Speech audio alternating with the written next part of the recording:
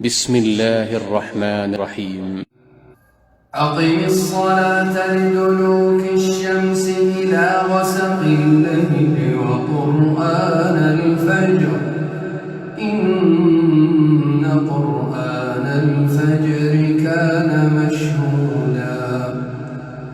ومن الليل فتهجد به نافلة لك عسى أن يبعثك ربك مقاما محمودا وقل رب أدخلني مدخل صدق وأخرجني مخرج صدق واجعلني من لدنك سلطانا نصيرا وقل جاء الحق وزهق الباطل إن الباطل كان زهوقا وننزل من القرآن ما هو شفاء